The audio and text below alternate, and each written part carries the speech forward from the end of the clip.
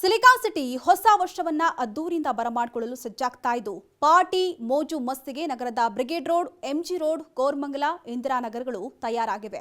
ಇನ್ನು ಪಾರ್ಟಿಗಳಲ್ಲಿ ಹೆಚ್ಚಿನ ಸಂಖ್ಯೆಯಲ್ಲಿ ಜನರು ಭಾಗವಹಿಸುವಂತಹ ದೃಷ್ಟಿಯಿಂದ ಹೊಸ ವರ್ಷಾಚರಣೆಯಲ್ಲಿ ಭಾಗವಹಿಸುವಂತಹ ಸಾರ್ವಜನಿಕರ ಅನುಕೂಲಕ್ಕಾಗಿ ಎಂಜಿ ರಸ್ತೆಯಿಂದ ನಗರದ ವಿವಿಧ ಭಾಗಗಳಿಗೆ ಹೆಚ್ಚಿನ ಸಾರಿಗೆ ಸೌಲಭ್ಯವನ್ನು ಒದಗಿಸುವುದಾಗಿ ಬಿಎಂಟಿಸಿ ತಿಳಿಸಿದೆ.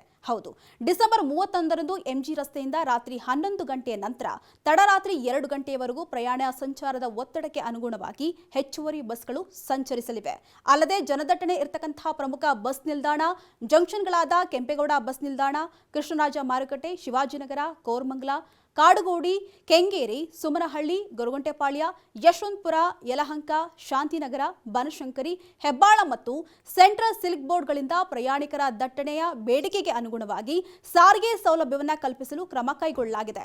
ಇನ್ನು ಎಂಜಿ ರೋಡ್ನಲ್ಲಿ ಹೆಚ್ಚಿನ ಸಂಖ್ಯೆಯಲ್ಲಿ ಜನರು ಬರೋದ್ರಿಂದ ಡಿಸೆಂಬರ್ 31ರಂದು ಸಂಚಾರವನ್ನು ನಿರ್ಬಂಧಿಸಿ ಪೊಲೀಸರು ಆದೇಶವನ್ನು ಹೊರಡಿಸಿದ್ದಾರೆ. ಹೌದು, ಡಿಸೆಂಬರ್ 31ರಂದು ರಾತ್ರಿ 11 ಗಂಟೆಯಿಂದ ಎಂಜಿ ರಸ್ತೆ ಮೆಟ್ರೋ ನಿಲ್ದಾಣದ ಪ್ರವೇಶ ಮತ್ತು ನಿರ್ಗಮನದ ದ್ವಾರಗಳನ್ನು ಮುಚ್ಚಲಾಗ್ತಾ ಇದೆ.